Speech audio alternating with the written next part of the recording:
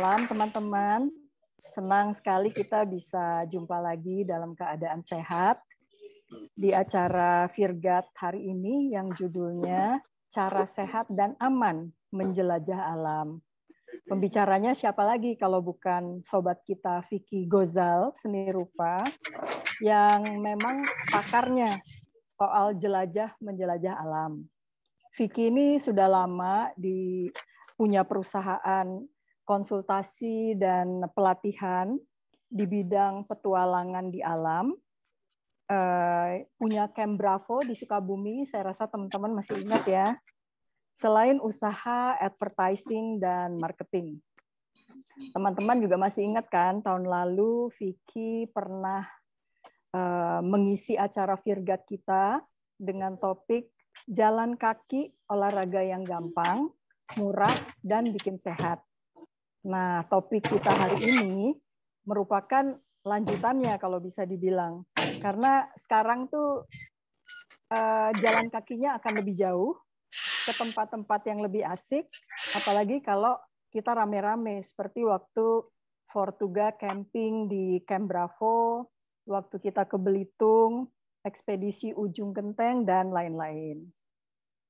Kegiatan di alam memang seru dan trendy saat ini, termasuk juga goes, golf, dan lain-lain. Namun kalau kita melakukannya dengan tidak benar, itu juga bisa berisiko. Kita kan tahu ya, ada pegoes yang mendadak meninggal, atau seperti teman kita Mang Cik Hatta yang katanya sesak nafas waktu lagi golf di pegunungan di Colorado. Juga teman-teman kita nih, Nani CS, yang waktu ke Tibet, itu sampai perlu disuntik. Tapi kamu enggak ya, Nan? Sampai perlu disuntik. Alhamdulillah saya. Dan sampai gagal naik ke monasteri di gunung, yang itu sebetulnya daya tarik utamanya di Tibet. Makanya kali ini Vicky akan berbagi juga tips cara-cara aman menjelajah alam. Nah, terakhir, beraktivitas di alam itu berguna untuk semua usia, mulai dari bayi sampai yang lebih sepuh dari kita-kita.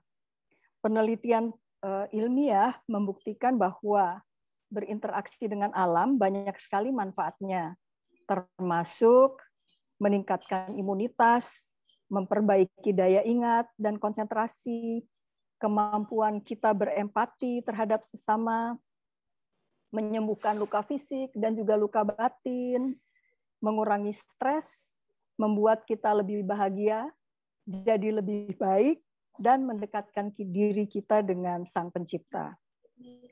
Nah, sudah cukup dari saya. Silakan bintang kita Vicky Gozal. Mangga, Vic. Oke, selamat malam teman-teman semua. Terima kasih Debbie, Nani, Kang Yoga, ya, Kang Agus Cahyana, ya, teman-teman yang malam ini bertugas. Wah, ini nggak kerasa udah ke-14 ya, udah setahun lebih, dan alhamdulillah kita bisa masih terus berlangsung, teman-teman bisa kumpul di sini. Ya, ini memang beberapa kali sudah, apalah kita ada apa namanya, tentang mobil listrik lah, ada tentang sinar matahari dan lain. Jadi kita berturut-turut itu mendapat topik yang berat ya. Artinya kita sebagai petugas di Virgat ini topiknya berat, walaupun asik ya, walaupun seru lah ya. Nah, coba dong bikin topik yang santai lah gitu ya. Ya apa kayak gitu yang masak-masak Kak, kuliner gitu ya. Ya akhirnya saya diminta duluan nih untuk ya bolehlah udah Vicky dulu deh gitu ya. Jadi mungkin nanti akan selang-seling nih, ada topik yang berat, ada topik yang ringan gitu ya. Nah, ya memang ini masih lanjutan dari presentasi saya tahun lalu juga kalau nggak salah ya. Ntar ya, saya coba screen share dulu nih. Udah bisa ya, keluar ya? Ya, kelihatan udah. Oke, ya. Ya, jadi ini judulnya ini, walaupun sempat ganti-ganti judul ya. Jadi cara sehat, murah, jelajah alam, tapi saya prefer cara sehat dan aman ya. Karena kalau murah itu nanti relatif ya. Nanti kita lihat apakah murah itu aman atau enggak gitu kan. Kira-kira gitu. Ya. Tapi ya ini kita memang akan jalan-jalan ya. Jalan-jalan dan memang ya karena untuk apa namanya menjelajah ke alam itu memang ujung-ujungnya adalah jalan kaki gitu loh ya. Kita bisa naik pesawat, naik kereta api, naik mobil, naik sampai mana gitu ya. Tapi akhirnya at the end kalau kita mau masuk ke pelosok, kita harus jalan kaki. Nah, jadi ini memang ada hubungannya juga dengan jalan kaki, ya, dengan lari-lari, dengan physical fitness yang, nah kebetulan di sini juga banyak teman-teman ya, kita punya grup 1000 kilometer ya. Ada Marlinda, ada Nani juga, ada Gaby, ada ada Budi, banyak di sini nih, ya yang ikut, ada Sabta ya. Ini juga ada ini Kang Iwan Ponco nih ya. Sebetulnya beliau ini nih yang menjerumuskan kita nih apa masuk ke lari-larian ini apa.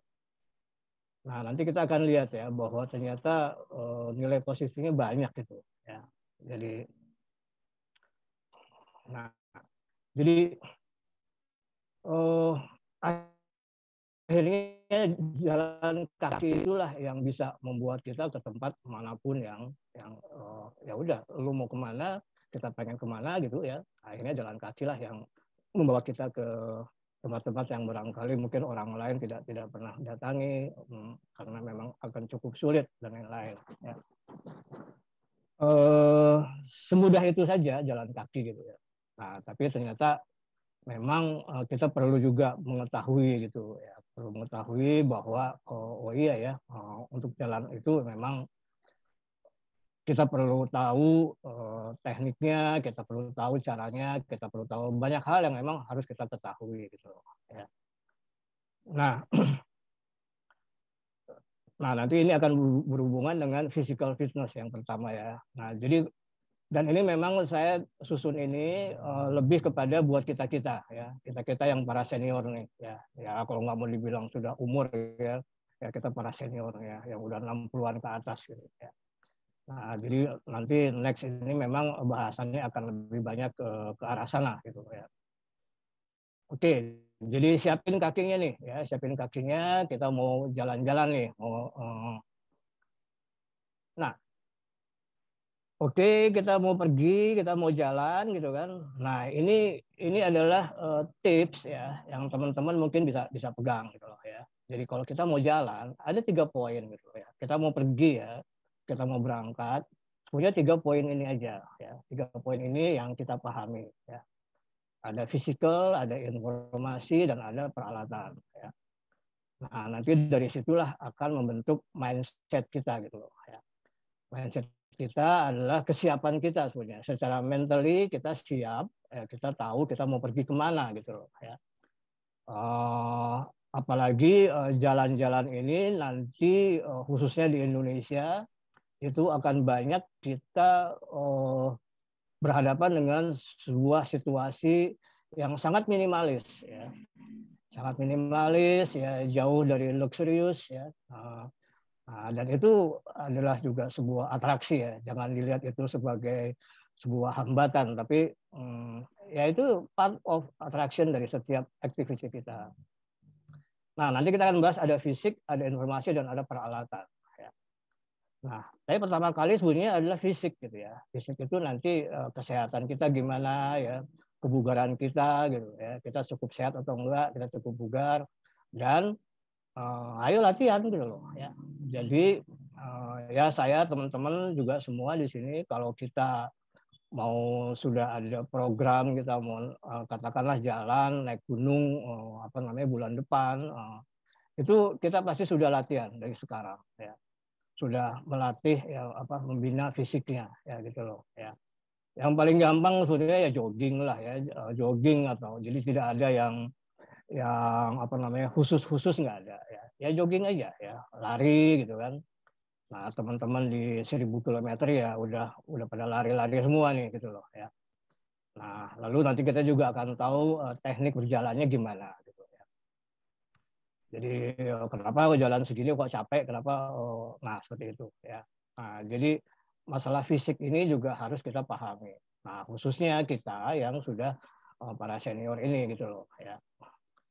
Oke, nanti kita lihat di slide berikutnya. Lalu informasi ya, karena informasi ini adalah kita mau kemana nih ya, kita mau kemana ya. Jadi ada apa di sana, berapa lama kita harus spend day-nya itu berapa hari kita ke situ gitu loh ya. Lalu pakai apa kita ke situ, apa aja yang diperlukan ya.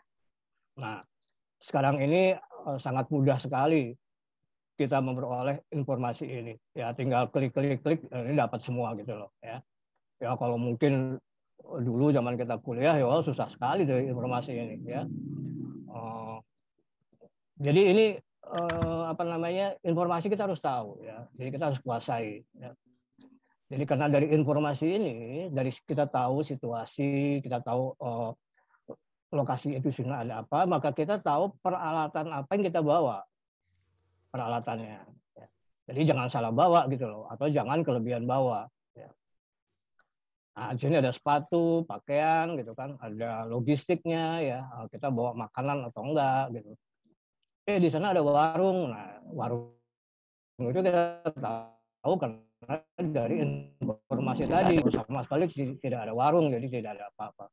Itu hebatnya Indonesia ya, ada warung di mana-mana.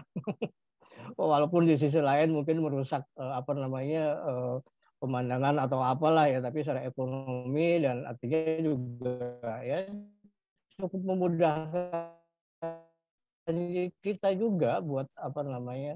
Lalu kita tidurnya di mana, lalu kita bawanya pakai apa? Maka kita perlu backpack ya, perlu sebuah apa namanya carrier yang apa cukup kuat membawa si perlengkapan itu ya.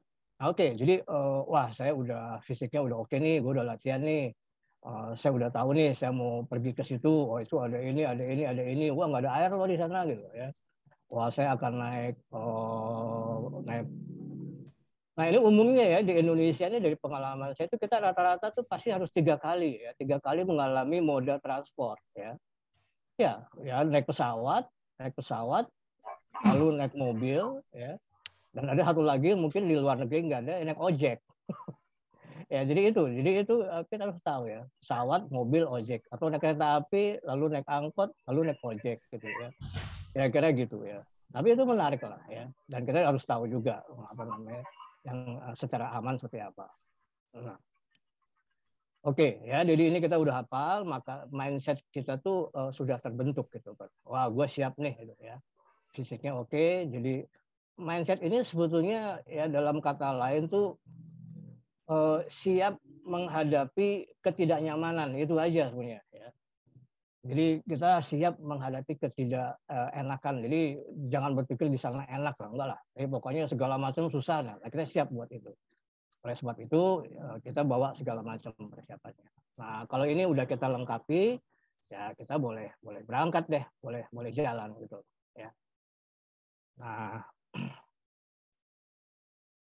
Nah, ini kita sekarang ngomong ke physical fitness-nya dulu nih, ya. Physical ya. Tadi kan faktor pertama tadi physical ya. Nah, ini pernah saya presentasikan tahun lalu ya. Nah, ini hanya buat kita, dan dari WA group, dari apa medsos baik kita tahu ya bahwa kita di umur 60 ini sebenarnya sudah menurun ya, semua organ tuh udah menurun performance-nya gitu ya.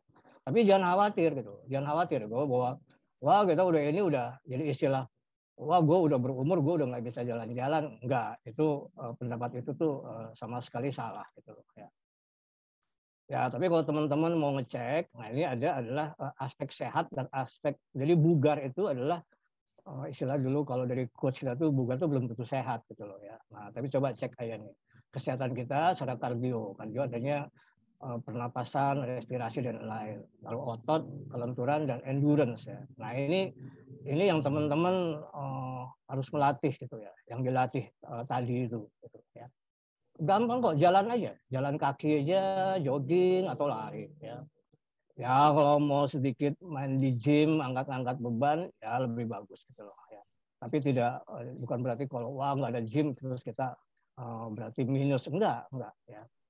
Nah, yang paling penting dari semua ini emang adalah kardio, ya. Artinya oksigen. Jadi bagaimana tubuh kita selalu mendapat suplai oksigen yang pas, yang cukup gitu loh ya. Nah, itu dilakukan oleh detak jantung ya, si jantung itu yang memompa darah segala macam semua itu ke seluruh tubuh ya. Ya nanti teman-teman farmasi ya, kimia yang tahu tuh ya bagaimana molekul-molekul itu dipecah ya. Jadi intinya gitu ya. Jadi otot, kelenturan, endurance ya. Nah, endurance ini memang harus dilatih gitu loh ya. Jadi ya kita melangkah beberapa langkah gitu kan, wah udah capek gitu kan. Nah, nanti endurance nanti ada di slide berikutnya. Itu ada berhubungan juga dengan cara melangkah sebetulnya ya. Cara kita menggerakkan organ ya, artinya organ tubuh kita yang berhubungan dengan dengan jalan ini gitu loh ya, kira-kira itu ya. Nah, itu sehat tuh ya. Kalau kita kardio oke, ya udah oke. Nah, kardio itu sebenarnya kan diukurnya kan dari detak jantungnya. Jadi makanya sebenarnya teman-teman emang harus mempunyai monitor ya. Jadi mempunyai ya sekarang ada namanya smartwatch gitu ya, yang itu di situ bisa mendeteksi detak jantung kita gitu ya. Banyak mungkin komponen lain lagi yang harus didetek ya, tapi sebetulnya cukup dengan detak jantung tuh itu cukup membadai ya untuk kita mengetahui performance kita gitu loh ya. Oke. Nah, lalu kalau ini ada kelincahan, keseimbangan, koordinasi itu memang, nah ini kan memang menurun ya. Dengan umur kita ini menurun gitu kan. Kita udah nggak lincah lagi kayak dulu gitu. Refleks kita mungkin sudah agak lambat atau agak lelet gitu kan. Power ya, tapi olahraga ini atau jalan kaki ini tidak menuntut sebuah nilai lebih dari, kalau kita mau jadi atlet, jadi pelari, kita mau melempar cakram, lempar lembing, nah ini mungkin perlulah gitu ya. Ya, jadi ini hanya sekedar pengetahuan, tapi bahwa untuk sehat, nah sehat itu teman-teman di 1000 km itu selalu mengindikasikan pada kardio ya. Jadi kita latihan itu ya. Nah, jadi nanti boleh nih ada Marlinda nih, nanti bisa kasih pendapat ya, tentang pengalaman lari-larian. Ini benar ya. Jadi nanti saya sendiri zaman dulu memang kita lari ya. Ya saya lari memang zaman dulu di Gelora atau di Saparua, di Gasibu zaman dulu gitu kan. Itu lari 10 keliling itu udah rasanya udah hebat gitu kan. Nah, 10 keliling kan baru 4 km sebetulnya ya. 10 keliling 4 km. Lalu sampai pada ya umur 60-an, umur 62, 63 gitu saya berhenti lari gitu loh ya. Ya karena ya mungkin ada informasi yang salah ya, bahwa udah tua lu nggak boleh lari tuh, nanti rusak nih ininya, lututnya gitu. Nah itu kan pendapat seperti itu. Nah barulah nih ketemu Iwan Ponco nih, kita dimasukin suruh lari gitu kan, kita berlatih ya. Ya kita juga banyak teman-teman di sini lalu kita latihan sama-sama nih ya, ada IPM, ada segala macam juga. Kita lari, kita dilatih sama sekolah lari. Dan dulu tuh ya ini kalau misalnya saya ya, misalnya dulu tuh saya lari 4 km 10 keliling lapangan. Itu rasanya udah udah 4 km loh. Lalu suruh lari 10 km, wih kayaknya gila, enggak deh, enggak bisa gitu. Tapi tiba-tiba kita nih, bukan saya aja nih, Nani udah lari udah 10 km tuh Nani itu ya. Tiba-tiba kita bisa lari 10 km ya. Bahkan sekarang ya ini juga saya dijerumusin juga tuh, lari 25 km ya. Untuk ITB kemarin gitu ya. Kita lari 100 km dibagi 4 ya. Saya, Iping, Mas Iwan, lalu ada Edi Nur, grup lain ada Sabta, ada ini Agus Haryanto nih udah berapa ratus kilometer, Gus udah ribuan loh. Enggak, itu hanya mengatakan ya bahwa bisa kok gitu loh ya. Jadi kalau teman-teman yang wah orang nge-spolot sana, ya enggak juga gitu. Maman tiap minggu itu mensubmit larinya itu, kita tiap minggu itu ada laporan ya. Maman itu tiap minggu tuh sampai 50 km, ya, 47 kilo, 50 kilo dilakukan dalam 7 kali. Berarti setiap hari dia melakukan itu, ya, gitu. Nah, ini cerita tentang yang teman-teman yang lari-larian itu, ya. Tapi ya ini kita ingin mewabahkan ke teman-teman Portugal lain. Yuk, silakan. Jadi bukan lari lah, sebetulnya kita jalan, jogging, tapi lama-lama terus kita jadi lari gitu. Jadi jangan ujuk-ujuk lari lah, ya. Jalan aja dulu, jalan, jogging, lari. Nah, oke ya, jadi physical fitness nih. Kita mau jalan-jalan nih, ya. Kita mesti fit dulu.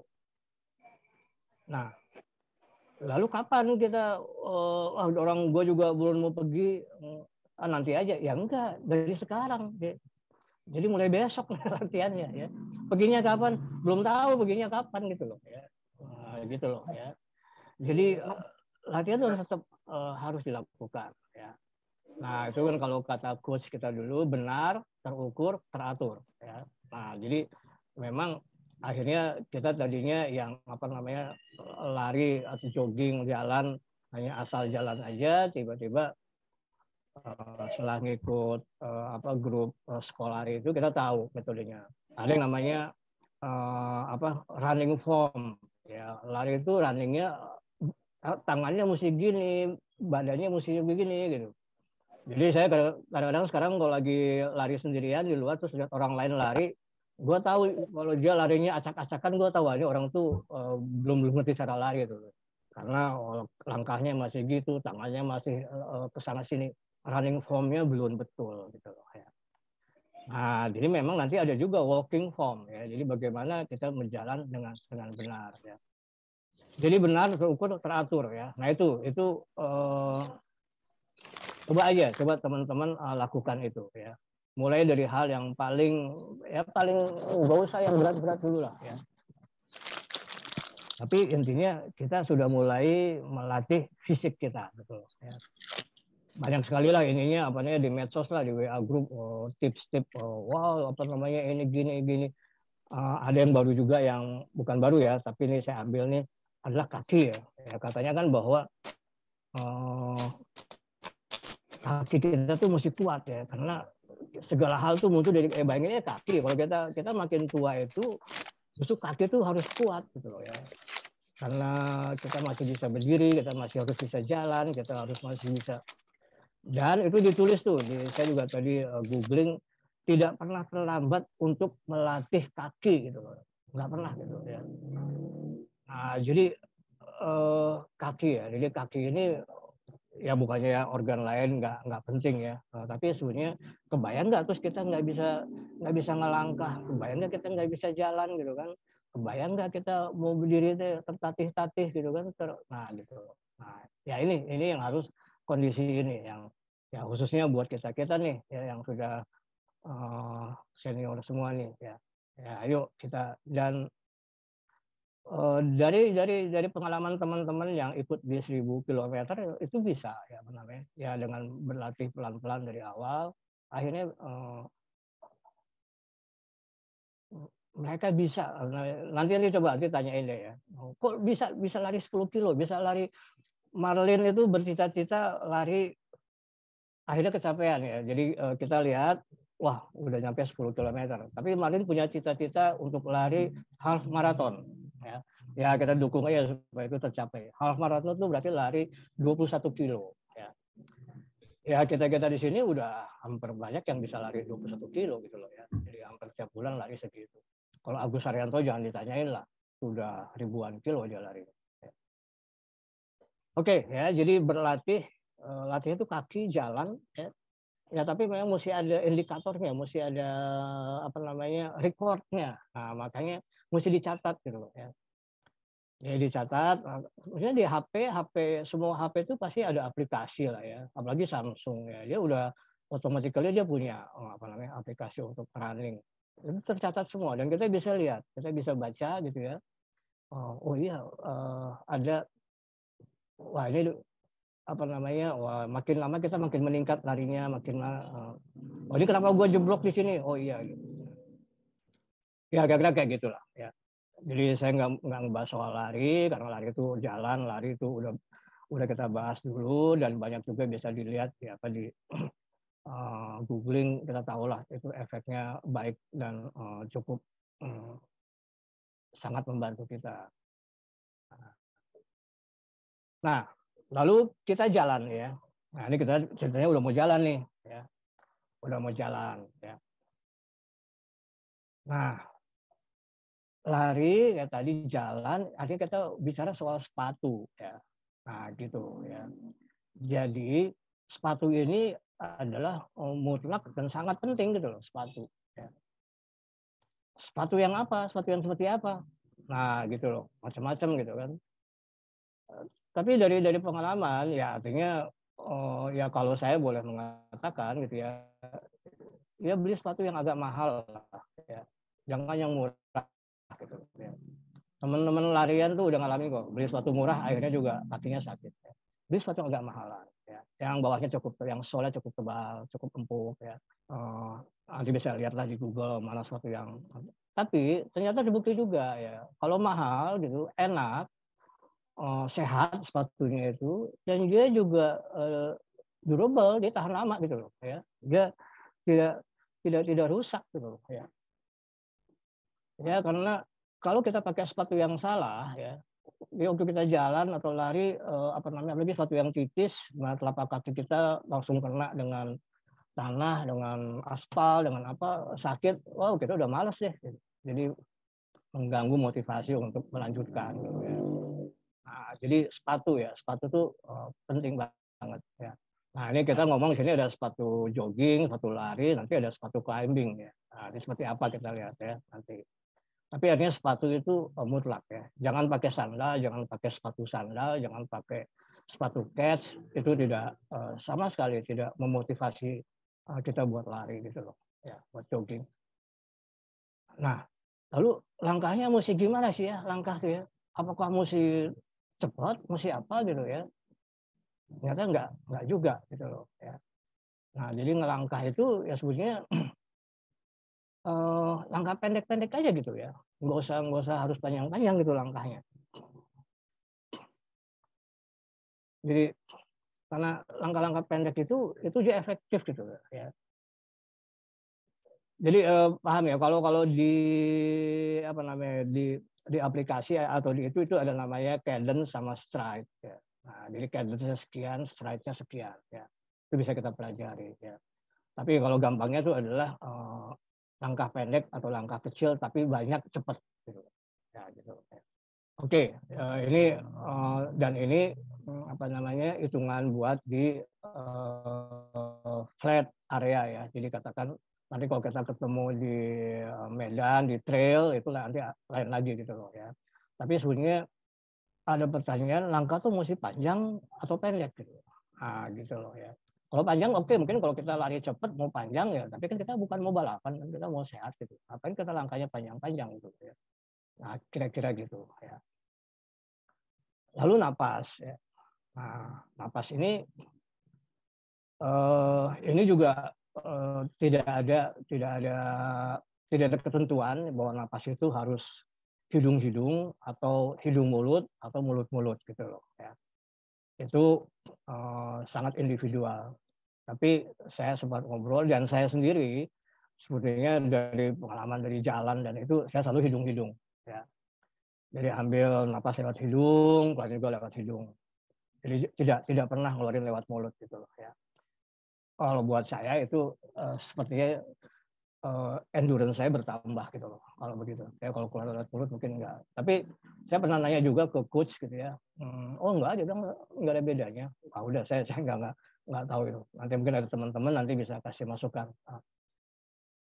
Tapi yang penting napasnya itu ya kita napas panjang, dalam gitu ya, dan normal aja sebetulnya ya. Nah jadi nanti dengan langkah itu napas itu akan, tapi istilahnya pertahankan selama mungkin napas normal itu ya. Jadi jangan apa-apa udah nah itu berarti ada yang salah gitu ya. Ya kalau kata Iwan Ponco, selama lu jalan masih bisa nyanyi ya udah itu bagus gitu loh ya. Jalan masih bisa ngobrol itu oke gitu. Nah Nah itu aturannya gitu. Tapi kalau jalan lalu kita ngobrolnya makin pendek, hanya bisa ngomong satu kata, itu berarti kita sudah hampir ke batas kelelahan, batas kecapean. Ya. Nah jadi apa namanya? Ya ini tips gampangnya gitu dulu lah ya. Nanti detailnya banyak sebetulnya. Lalu kecepatan, ya kalau kita bilangnya di ini pakai ini pace-nya berapa gitu loh. Ya. Nah, langkah kecil banyak itu otomatis akan berimbas pada pace kamu gitu loh ya. Jadi semakin langkahnya banyak jadi cepat ya. Nah, tapi soal mau seberapa cepat, nah itu juga sebuah pertanyaan gitu loh ya.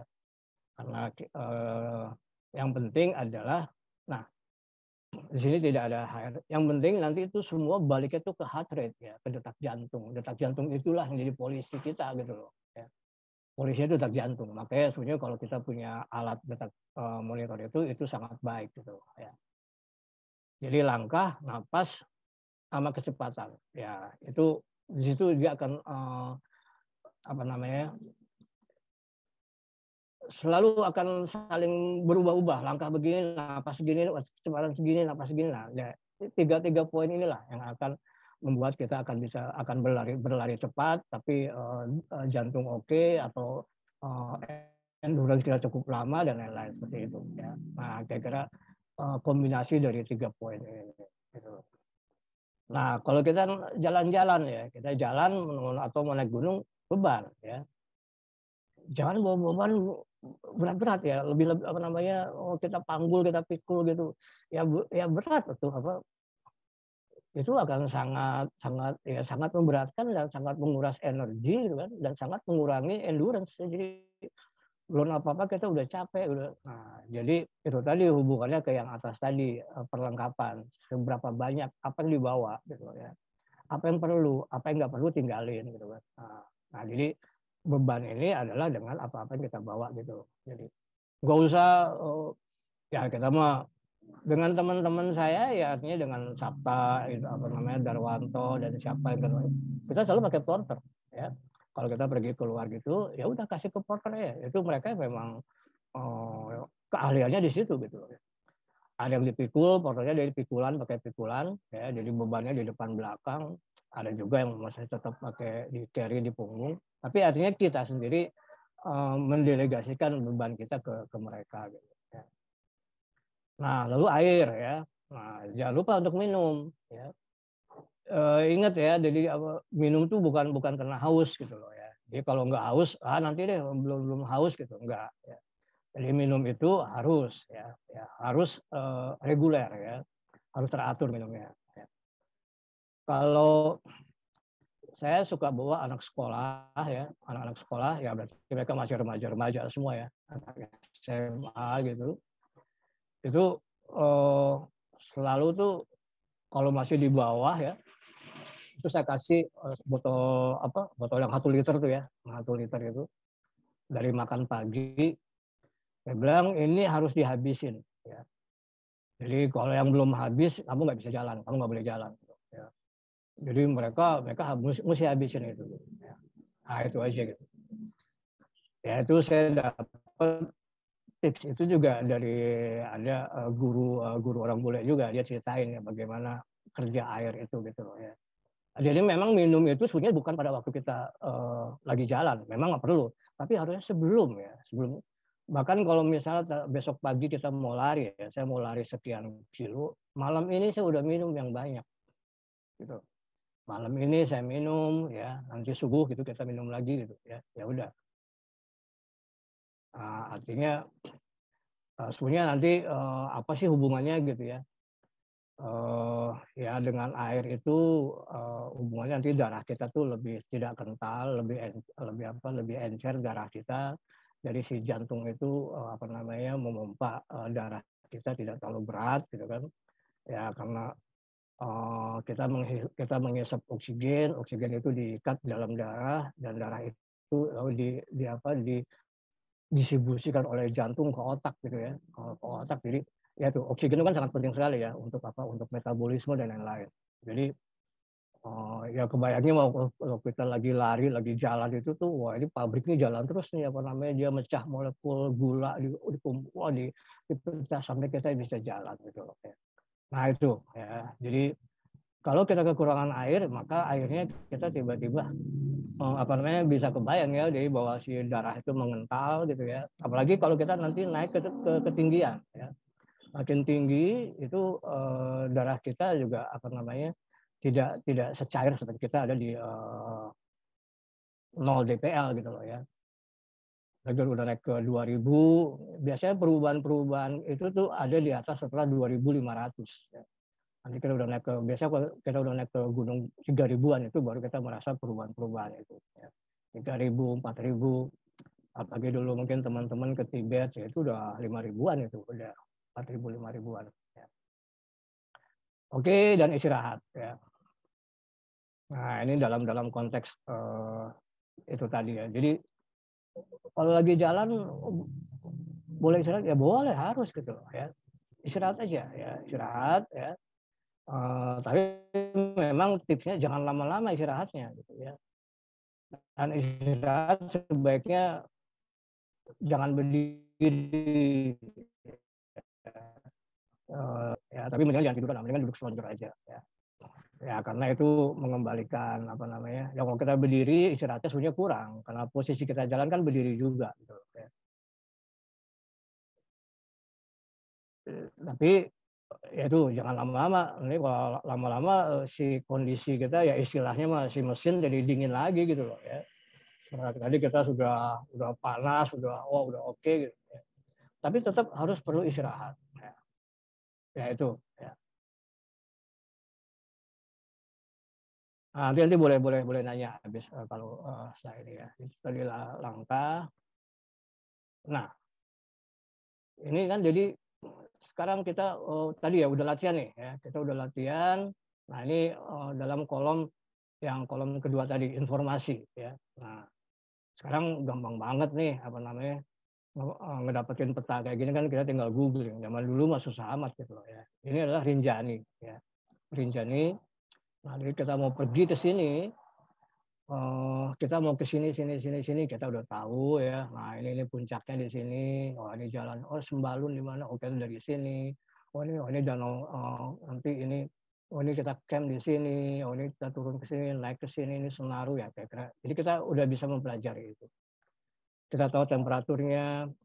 Perakiraan cuaca itu adalah dengan musim. Kira-kira musim apa? Situasi medan kayak apa? Di sini berpasir atau ada hutan lebat, ada vegetasi.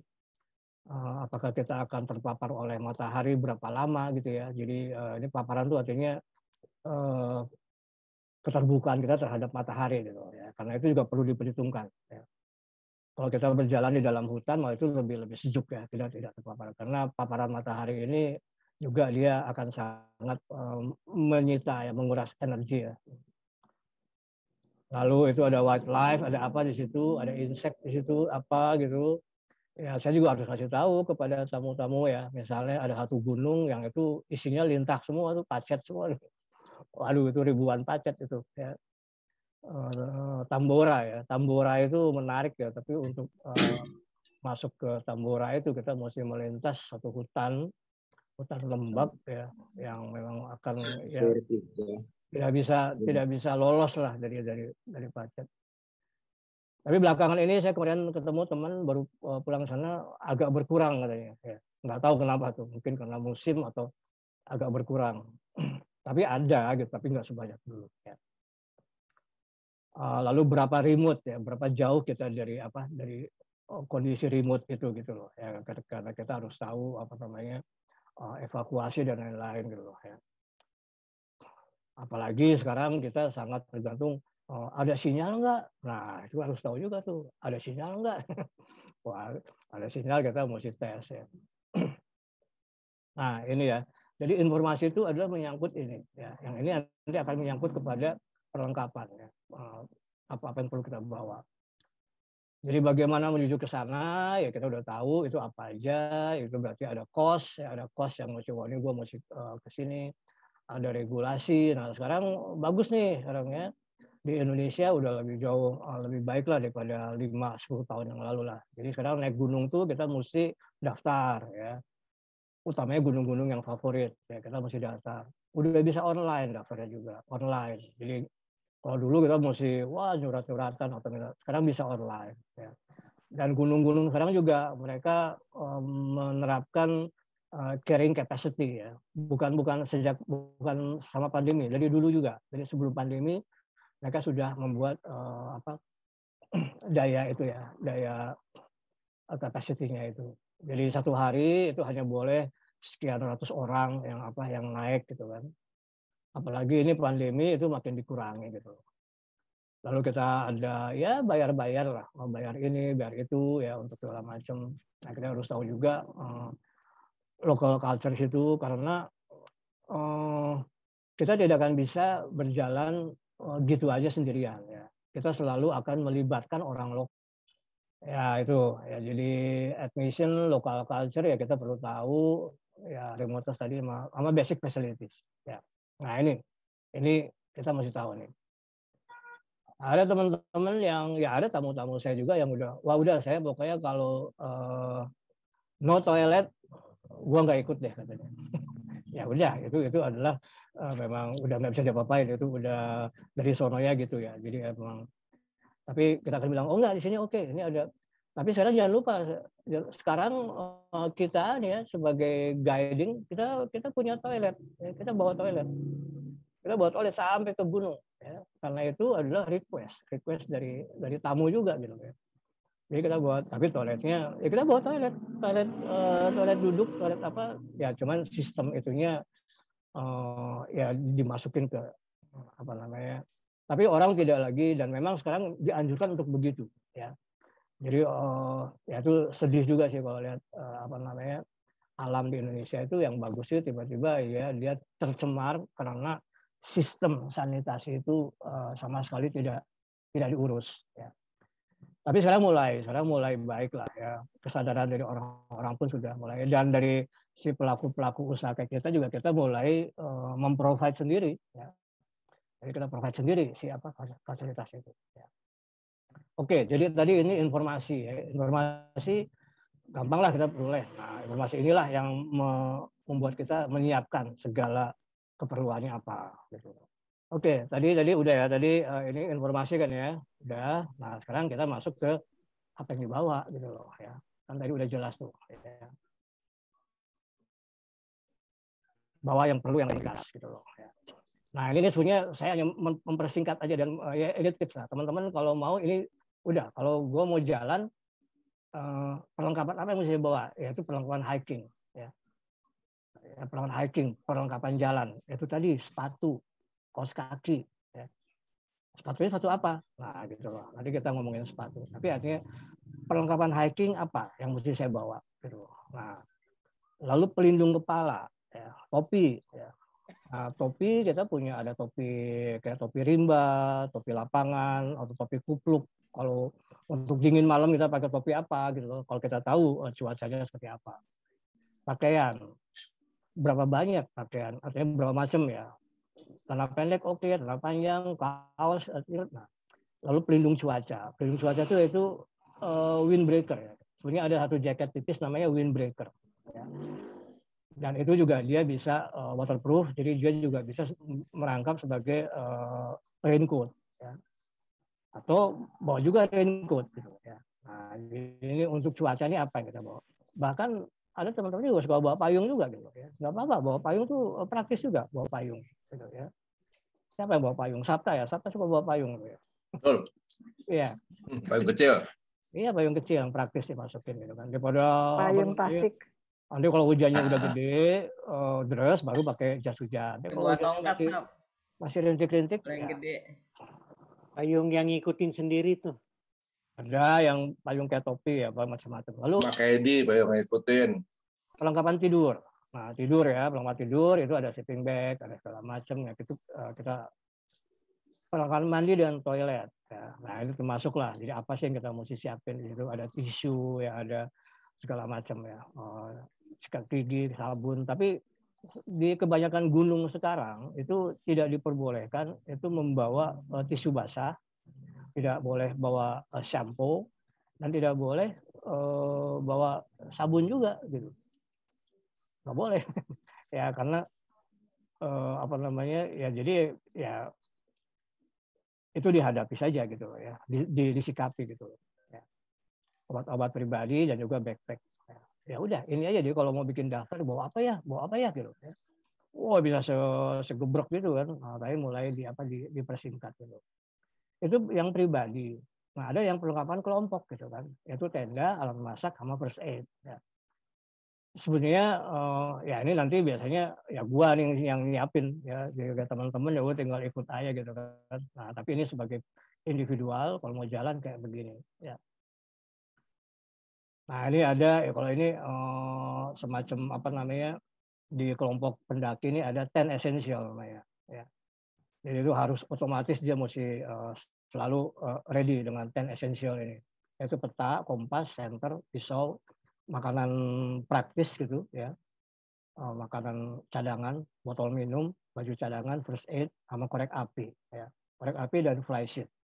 Flysheet untuk punco ya. Jadi dia sebenarnya nggak, katakan kita dalam kondisi apa, kita nggak perlu tenda, kita dengan flysheet punco kita masih bisa survive ya. Kita bikin bivak dan lain-lain ya. Ya kira-kira gitu ya. Ya, jadi ini ya, jadi bawa yang perlu agak ringkas. Nah, ini saya mau cerita di sini nih ya. Jadi teman-teman mesti perhatiin nih. Seringkali ya, ini backpack ya. Backpack ada yang ini kan ada, saya tulis nih ada ukurannya gitu ya.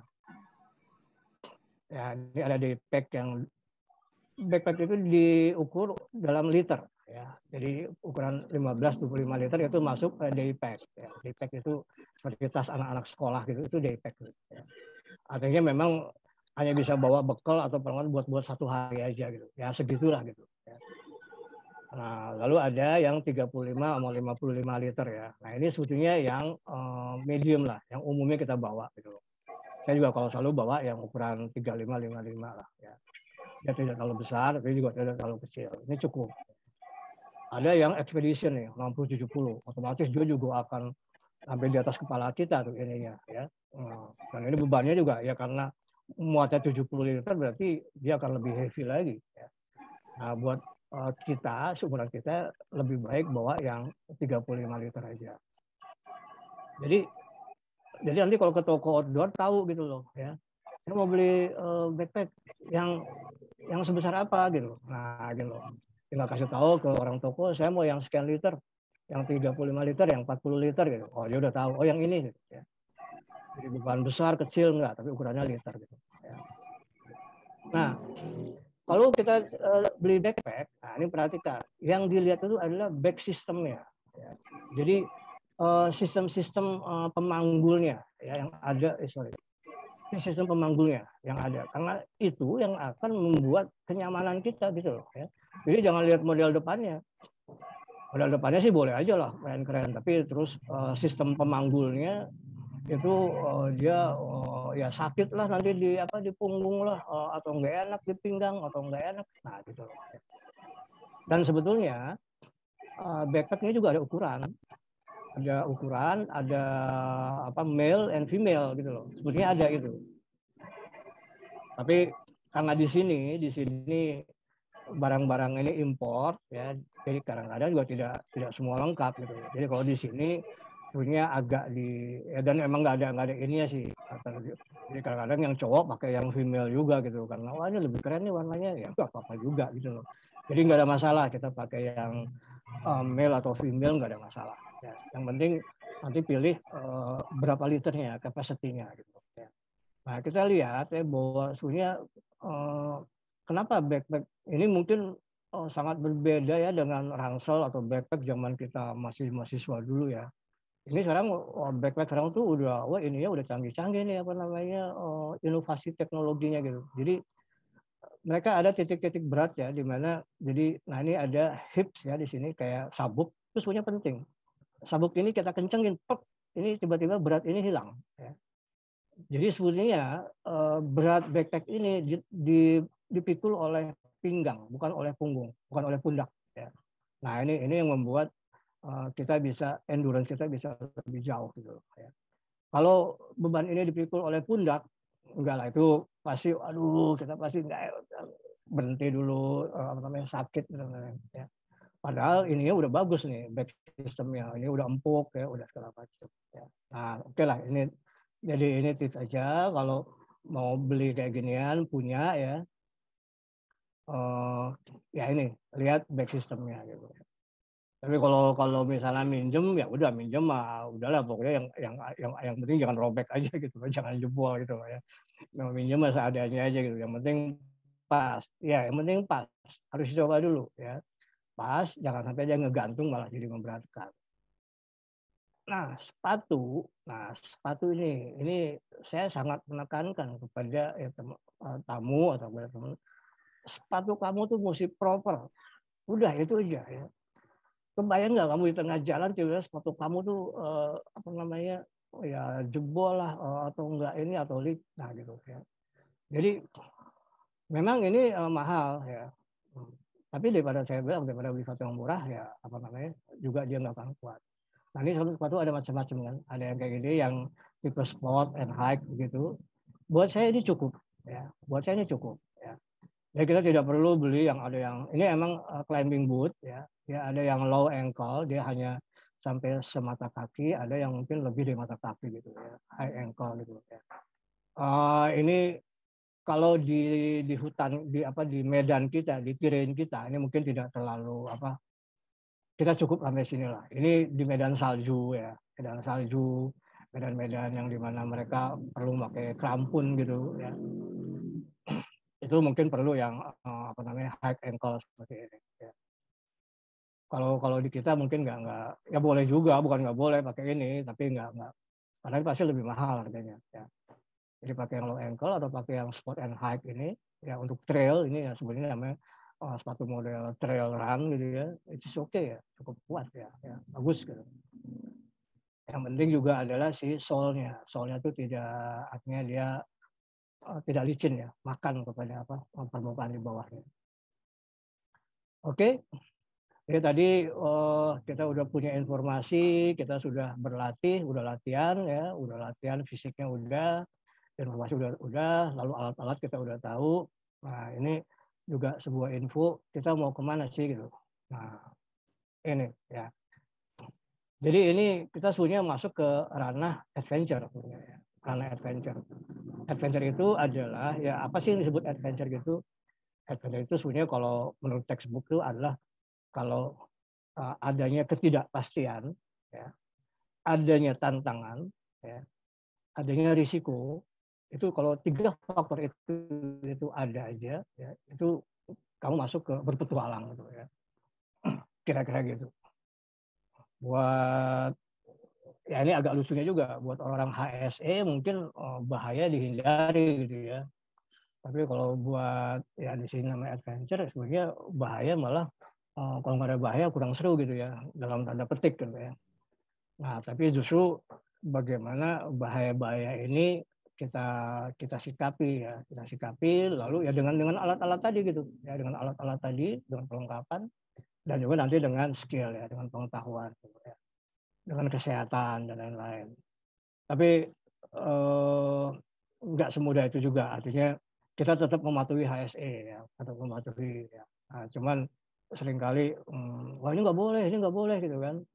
Ya saya suka ya misalnya membawa kegiatan buat anak sekolah asing gitu ya.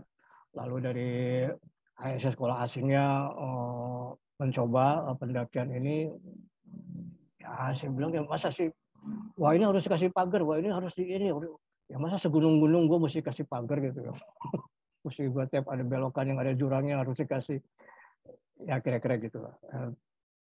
Tapi intinya teman-teman harus tahu ya bahwa kita masuk ke ranah adventure ya. Nah, adventure ada dari tingkat rekreasi. Rekreasi pun ada adventure-nya. Sama ada adventure sama ke frontier ya. Nah, ini batas ya. Ini batas adventure ada di sini ya. Artinya di sini adalah batas-batas yang kita masih bisa hadapi gitu ya. Ya, artinya sebagai kita tahu diri lah ya. Wah, gue mah enggak lah kalau itu enggak ada, saya enggak. Itu bukan saya ada di sini. Nah, inilah tugas khususnya tugas saya gitu kan sebagai pemandu yang bisa mengaudit sebetulnya ya, mengaudit lokasi-lokasi tersebut gitu ya. Ya dengan pengalaman, dengan data yang kita miliki dan kita juga pernah ke sana, kita tahu ya ini this is okay gitu ya. Nah, ini adalah klasifikasi perjalanan kalau kita berdasarkan kontur ya. Kalau kita sedang ngomong di kota kita flat ya. Ya katanya flat. Ya di jalan raya lah walaupun ada naik turun tapi sebenarnya aja flat ya. Nah, kita sebenarnya di sini khususnya adalah hiking ya. Nah, hiking itu ketika kita sudah memasuki medan tanah, medan tanpa jalan yang resmi, masuki jalan setapak, melewati ini hiking termasuk hill walking, ada naik turun bukit. Nah, scrambling ini adalah kalau kita naik sudah mesti menggunakan tangan ya. Jadi tidak hanya dengan kaki aja ya. Ya misalnya kita ada tanjakan yang kita mesti pegang akarnya, kita mesti tarik sini baru kita naik ya. Nah, itu berarti kita Gunung Kerinci ya. Ya kayak Kerinci, Gunung Cikuray. Kerinci. Sebenarnya gunung-gunung kita banyak yang masuk ke ranah scrambling ya. Lalu ada climbing. Nah, climbing ini kalau kita sudah menggunakan alat ya. Alat ya. Jadi pakai rock climbing lah, kita pakai tali lah, pakai piton, pakai segala macam. Seperti itu ya. Nah, inilah ya ini sekedar pengetahuan aja ya. Jadi kita akan bermain mungkin di adventure saja lah, kita nggak sampai ke frontier gitu. Ya. Oke. Nah, ini udah. Nah, udah. Jadi sekarang kita tinggal, nah ini ada 2 pertanyaan gitu kan. Nah, sekarang kita mau pergi sendiri atau dengan pemandu gitu. Nah, itu sebuah gaya gitu ya. Jadi sekarang 10 tahun atau 15 tahun belakangan ini ya kalau saya sudah cukup lama ya masuk ke sini gitu. Ya kita masuk sebagai pemandu gitu ya. Nah, sebetulnya buat umur-umur kayak kita ya memang saya juga kebanyakan tamu-tamu saya orang-orang yang udah berumur juga gitu ya. Karena kalau anak-anak muda sih mereka bisa pergi sendiri. Ya, mereka bisa pergi sendiri, mereka bisa nyiapin sendiri gitu ya. Nah, seperti ini kita lihat gitu kan, ini di tengah gunung ini merbabu nih. Ini merbabu, kayak merbabu. Ini ada Bambang Tuki di sini nih. Waktu saya ke sini, ini dengan Bambang Tuki saya ke sini. Ini di Sabana 2 ya. Ini last camp, nanti kita besoknya ke puncak. Ya artinya di sini kita bawa tent, jadi kamu nggak perlu bawa apa-apa ya sebagai tamu gitu ya. Nah, dengan guiding ini kita provide semua. Kita hanya tinggal bawa Nah, itu tadi kan ada backpack sama ada daypack. Jadi saya juga menganjurkan bahwa kalau kita mau pergi kita bawa dua bag, 1 backpack, 1 daypack. Nah, daypack itulah yang kita bawa waktu kita lagi trekking begini ya. Jadi di daypack itulah isinya air minum, snack kita, jas hujan kecil, payung ya. Nah, nanti backpacknya itu dikasih ke porter, ya. Porter yang bawa. Ya. Jadi kita selalu harus bawa 2 tipe bag itu. Begitu juga nanti untuk besoknya, katakan pas kita mau nanjak ke puncak, ya kita hanya semua ditinggalin di last camp ini, kami nanjak ke puncak kita hanya bawa daypack aja, ya, yang isinya bekal-bekal. Jadi ini juga sebuah ini aja style ya, jadi tidak harus. Ya. Tapi masing-masing pasti punya. Dan ini kita lihat ya ini saya hanya menginformasikan ke teman-teman bahwa sekarang ini naik gunung ini udah kayak gini nih. Ya. Udah ada tenda makan, ada kursi, sudah begini gitu ya. Jadi memang ini bagus, udah 3 tahun belakangan ini ya kita meningkatkan sampai ke sini untuk ke sini. Ya. Jadi tidak hanya asal duduk ngampar, enggak, kita bikin. Ya ini sebagai ya juga sebuah servis kepada tamu-tamu dan lain-lain. Oke ya, jadi ada bedanya pergi dengan pemandu yang pasti lebih ya buat kita lebih enak ya. Saya sarankan juga pergi juga dengan pemandu aja lah. Kalau anaknya bisa jadi pemandu ya pergi sama anaknya. Jadi jangan kita pergi sendiri gitu loh ya. Kira-kira gitu. Nah, kemarin Iwan Ponco nanya gitu kan, apa aja sih kenapa bikin orang apa namanya kok ketagihan kalau habis jalan-jalan gitu atau selalu mau lagi ya apa aja yang membuat itu gitu ya. Ya kemarin juga Iwan Ponco sempat ngomong soal faktor medsos ya, faktor medsos dan lain-lain. Oke, medsos itu saya bilang itu bagus ya, tapi di sisi lain juga dia mempunyai dampak yang apa namanya, yang bukan tidak baik ya, tapi malah melenceng gitu loh. Ya. Jadi yang terjadi itu adalah orang merasa gampang untuk ke situ. Ya. Orang merasa gampang. Ya, dia lihat di foto, dia lihat teman-temannya ada di situ gitu kan. Wah, gue juga pengen ke situ gitu kan. Ya, dengan informasi yang mungkin ya gampang lah ya. Jadi seperti itu. Oke, tapi kita nggak ngomongin medsos ya, tapi ini kita ngomongin bahwa kalau kita pergi-pergi, kita jalan, nah ini ya kita akan ketemu adalah manusia dan budaya. Ya. Ini kalau masih ingat, ini di Cipta Gelar, ini ada almarhumah istrinya Abah Alid. Ya kita akan ketemu orang-orang seperti ini. Ya mau kemana, mau ke Kalimantan, ya mungkin Mira banyak di Kalimantan ya, kita ketemu orang-orang lokal, itu juga sebuah pengalaman ya, yang menarik. Ya. Yang membuat apa namanya? Ya kadang-kadang kita menjadi teman dengan mereka, selalu terhubung. Ya sekarang malah nggak ada masalah. Kadang-kadang mereka minta nomor kita, ya kita kasih, ya kita selalu berhubungan sama mereka gitu ya. Ya cukup ini satu hal yang cukup menggembirakan juga. Nah, yang juga kita peroleh dari sebuah perjalanan adalah sebuah semangat. Ini Bambang Tuki nih. Bambang Tuki nih. Ya. Nah, kiri Darwanto. Kita ketemu orang, ada spirit, dan spirit ini tertanam. Ya. Spirit ini tertanam. Ya. Dia tidak hilang. Ya. Jadi spirit ini bukan menjadi wah gue lebih jago, gue lebih hebat gitu ya. Ya. Tapi spirit ini tuh lebih malah kepada rasa bersyukur gitu ya, bahwa aduh ya sih nggak mungkin lah gue sendiri bisa nyampe situ gitu. Pasti ada faktor lain yang membuat saya bisa nyampe ke situ gitu ya. Dengan tenaga kita sih kadang-kadang suka nggak mampu gitu ya. Tapi bahwa kita dilindungi, kita memang dibimbing untuk bisa nyampe ke satu tempat yang kita mau. Itu spirit ya. Jadi yang selalu saya tanamkan sama teman-teman, ini tidak hilang, ini tertanam. Dan semakin banyak kamu mencapai memunculkan naik ya, memperoleh spirit ini, ya harusnya itu jadi sikap positif buat diri kamu. Itu saya bilang ke teman-teman saya yang masih muda-muda. Nah, ini adalah amazing view yang kita tidak akan dapat di kadang-kadang juga itu tidak. Yang di kanan ini di Ranukumbolo ya, ini di Semeru ya. Ini pada suatu cuaca yang tidak, artinya ada faktor cuaca yang entah gimana gitu, tiba-tiba itu ini sebetulnya yang oranye ini adalah padang kering, padang yang alang-alang kering. Ya. Nah, kalau di sini tumbuh-tumbuhan hijau dan ada tumbuh-tumbuhan yang emang bunganya ungu. Gitu. Ya itu aja lah apa namanya. Jadi ada amazing view. Amazing view ini yang buat kita merasa gue pernah ke situ deh apa namanya. Kalau kita lihat lagi gitu ya.